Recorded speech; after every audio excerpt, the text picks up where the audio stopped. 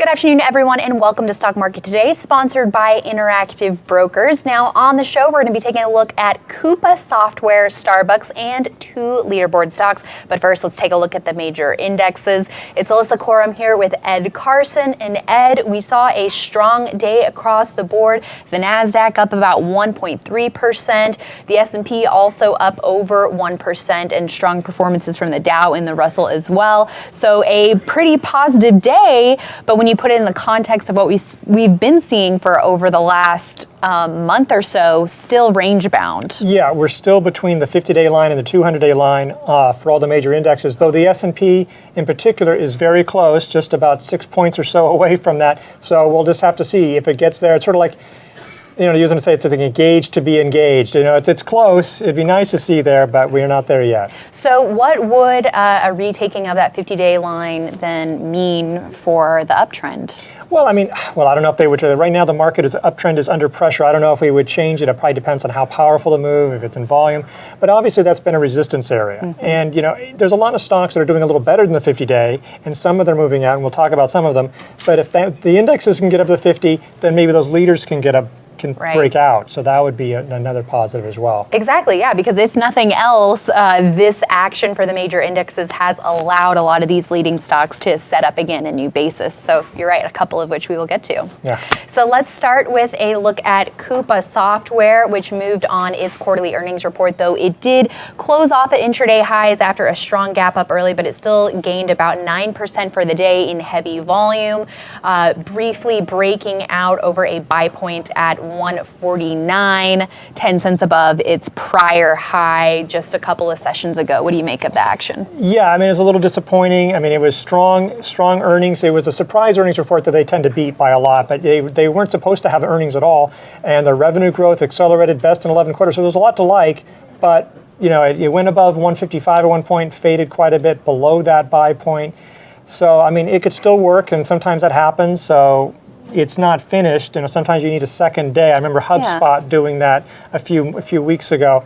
But you really like to see it break out and hold above the buy point, especially on a strong day. Right, yeah, because if you look at that intraday chart, that first 5-minute bar was strong. But then, which is what we look at, but also seeing if it can clear the first hour high, which I don't believe it was able to do that. So no, I don't think so. Also something that you need to look at. And then I guess just really quickly on this, I know we have a lot to get to, but this is where our analysis beyond the pattern recognition is helpful, because it had this ascending base, and then it fell back below that, essentially hitting a sell signal, but then a new buy point emerged over this 148.90 area, adding 10 cents to that. Yeah. Okay, and now let's take a look at Starbucks, which was able to pare its losses today, finding support at the 50-day line after paring its full-year guidance for earnings, but most of that was really due to its stock buybacks and the timing of that. Yeah, so I think, there was the headlines, Starbucks is slashing its profit forecast 2 weeks after CEO is on Jim Cramer saying everything's great, and so what was going on? But yeah, as people realized that the business was still just as sound as before, that nothing really changed on that front. Stock had a nice bullish rebound off the 50-day line. It could be a nice shakeout if this eventually breaks out, because it's in a flat base here. It provides a chance for some weak holders to get out, so that could be actually positive down the road. Right, a lot of heavy selling early, but paring a lot of those losses. And if you take a look at this chart over the last year plus, or at least so far this year, it has been a very strong performer. So a new buy point potentially emerging here for investors. Yeah. All right, and next on the list, we want to take a look at a recent IPO, and that is InMode, clearing an IPO base today, a pretty strong gain of about 13% here. Now, this is one of those cases where that IPO base is a lot shorter than the typical base patterns that we look at, but a very strong breakout for a company that is in the medical space with a minimally invasive tool for, smoothing all those wrinkles. Yeah, they have like radio frequency tools, and so it may be cheap. A way to do it without the kind of surgery to get you downtime. The company's already profitable. It blasted through this IPO base. It was added to leaderboard today. If you see that at the bottom, you see that the volume was pretty strong, especially often the first couple of days are very high, but this is a very heavy volume. Shows some strong action. It didn't close at its very highs, but it was nice action, relative strength line at a high. So, a lot to like in this company. Yeah, not only is it already profitable, but sales growth is also strong at 55% in the most recent quarter, and that has accelerated too. So that's always good to see those fundamentals back up the strong action for an IPO. Absolutely.